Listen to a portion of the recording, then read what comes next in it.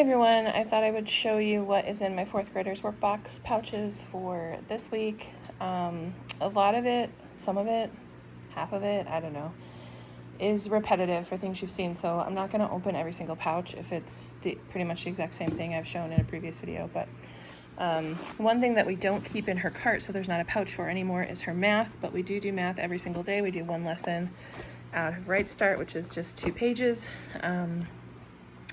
Sometimes there's a student workbook page to go with it. Sometimes there's not.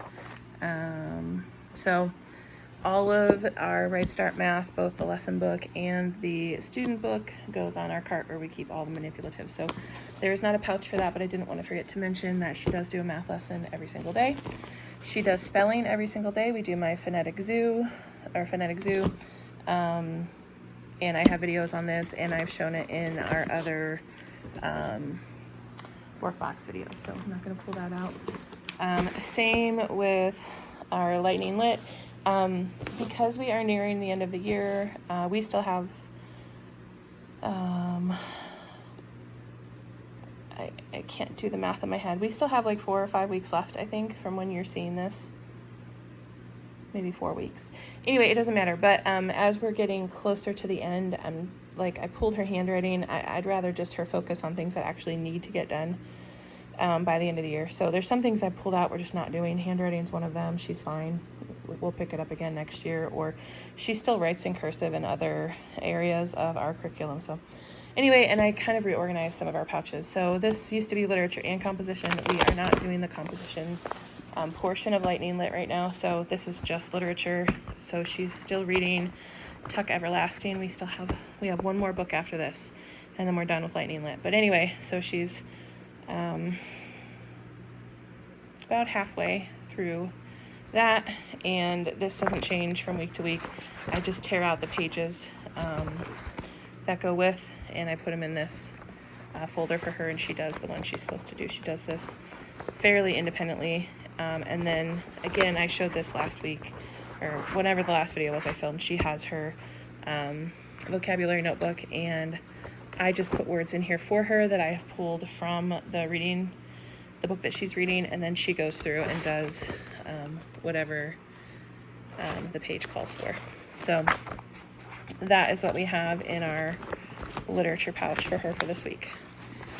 It is pretty much the same as every other time I've shown it to you. I did make her a pouch just for writing. We are doing 2 things this week. We are doing writing and rhetoric, which I have shown before.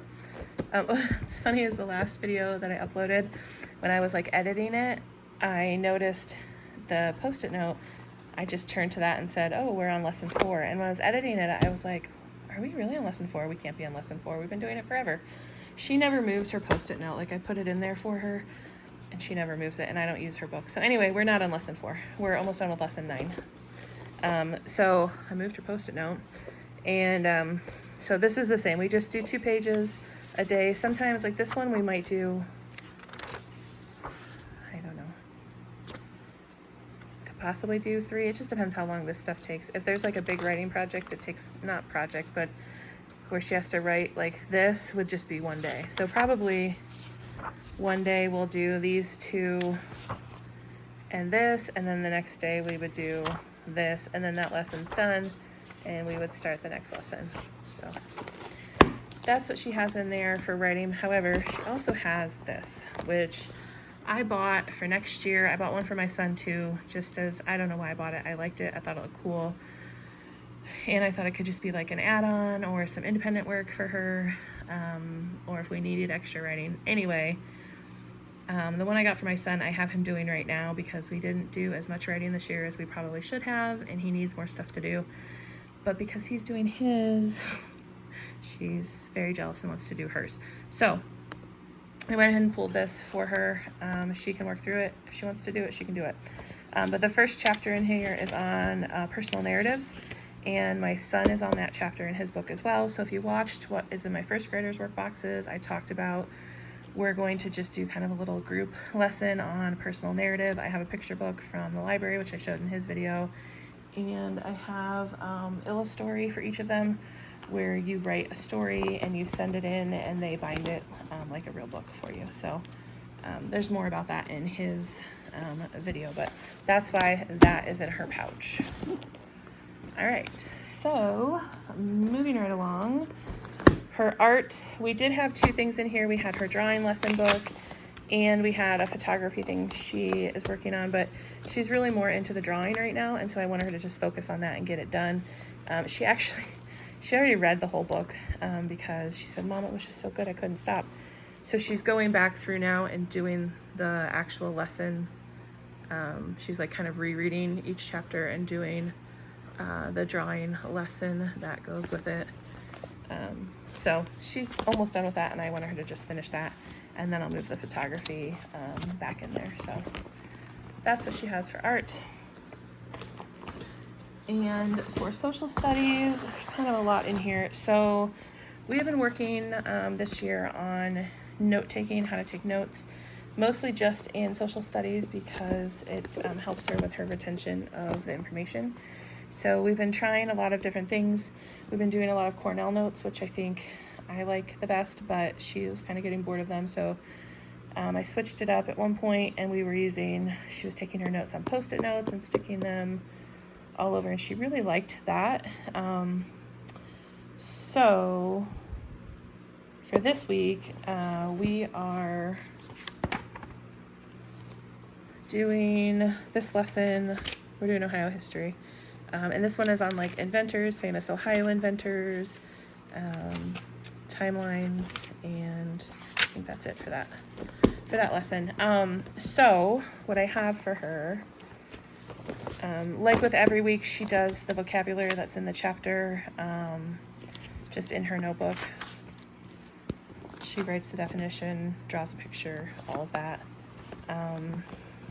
But what I have on her clipboard here, I got this packet about paraphrasing from Teachers Pay Teachers, and so I think we're going to do this and then do this little lesson on paraphrasing and then use that to kind of take our notes on our chapter. So typically what I have her do is take notes on the chapter, and then she uses those notes to give me a summary of what the chapter was about. So we're going to do this lesson, and then I'll have her use the technique they show in here on the chapter that we read. So it gives you an example of the original text and then the paraphrase text. And where did I get this from? It's called Two Bright Blonde Teachers on Teachers Pay Teachers. So how do I paraphrase? Break it up, jot it down, snag a synonym, and they just summarize that there. And then there's these little text cards that they can practice paraphrasing. So there's a bunch of those in here, and then they give them, so they write the number of card and then they paraphrase it here, so they can do it that way. Or there is this one where you could use Post-it notes, card number and Post-it notes. So I have some pink Post-it notes for her. We can do that, and then we will apply this to our chapter in our social studies, and she will try this technique there. So this is a little checklist for taking notes, and then I also have her worksheets that go along with her chapter for the week, and then I have our Studies Weekly, Ohio Studies Weekly, that goes along with the social studies chapter as well. So. Oh, but that's not all. There's more. Because we're talking about Ohio inventors, we already had this coloring book for the Wright brothers, so I just tossed that in there. I think, yeah, there's only been 2 pages done, so if she wants to, she can color out of there. And then this is a book we got recently from the library. It's the Wright brothers' First Flight. It's in the series of Fly on the Wall History, and she did... we got one on the Underground Railroad, and she read that this week, I believe. So she liked it, has some good information, so I threw that in there for something fun for her for social studies. Okay, last one. Darn it, I was going to try to keep this under 10 minutes, and it's not going to make it. Her last one, well, we have our states and regions. If you saw my son's video, I talk more about that in there, but we just do that together. We're trying to finish up the Midwest region. Okay. Last thing I have for her is science, and there's a bunch of stuff in here. It's the end of the year, and I tell myself, like, don't add anything new while we're trying to finish stuff. But I feel like we always have so much to get through with her stuff that I don't often take times to do as much of the fun stuff with hers as I do with my son's, and she notices that, and she misses it. So trying to do some fun stuff as we're nearing the end of the year. She has been working through Chef Academy. This is really quick, so she'll continue to do this. It only takes a couple minutes to do. She usually just does 2 pages a day. Okay, because in social studies we were talking about inventors, or going to be talking about inventors, I made her science kind of about inventing things.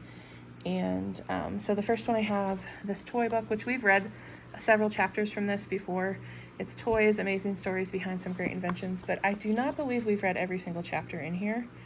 And if we have, it was me doing it or read aloud, so she can read some of these herself. I'm sure she doesn't remember everything, but she can pick some of those chapters she wants to read. And then I got a pack off of Teachers Pay Teachers. It was like a STEM challenge, engineering challenge. So she can invent a new toy. And then there is the little kind of like lab sheet there. And then I threw some extras in that I thought kind of went along. Invent a machine contraption that releases a bouncy ball. It has the lab sheet. There's a pom-pom launcher that you have to invent, and a musical instrument. So I threw those in there. Also, because she just finished, well, not just now, it's been a little bit, but she read the book, The Boy Who Harnessed the Wind, and she really loved it. She built a windmill, all of that. So I found this pack on Teachers Pay Teachers. It's an Earth Day invention, and I thought she would really enjoy that, even though it's not Earth Day right now. That's okay. I picked up this book from the library, which is A Kid's Guide to Saving the Planet. I thought that she could read through this a little bit and get some ideas of current, threats to the environment and our planet, so that she can then try to come up with an invention. So the way that this little pack works is, it says Earth Day officials are asking students from around the world to invent a machine that can help save the environment and make the world a better place. So you brainstorm some different topics. Here they kind of give you a little graphic organizer, and then you kind of come up with what topic you want your invention to help, or what idea, how your invention would help, and then again, just another little graphic organizer. Here you draw your invention, you label the important parts, step by step how your invention works. And then, oh my goodness, Earth info. It's kind of cute. You draw a picture of your invention kind of in action. And then there's kind of some extension activities. You could build your invention out of Legos. I thought this was cool if you could find some kind of app where they could actually build it, but I don't know of an app like that. So if you have any ideas, let me know. But anyway, we have that. And then lastly, I just threw this in because I found this really cute book at the library called Izzy Gizmo. And it's just a picture book, but it's really cute about this little girl. Izzy, who is an inventor, a little kid inventor, and she's a little frustrated because her inventions don't seem to be working out. And then she finds a bird with a broken wing, and she invents something to help it fly again.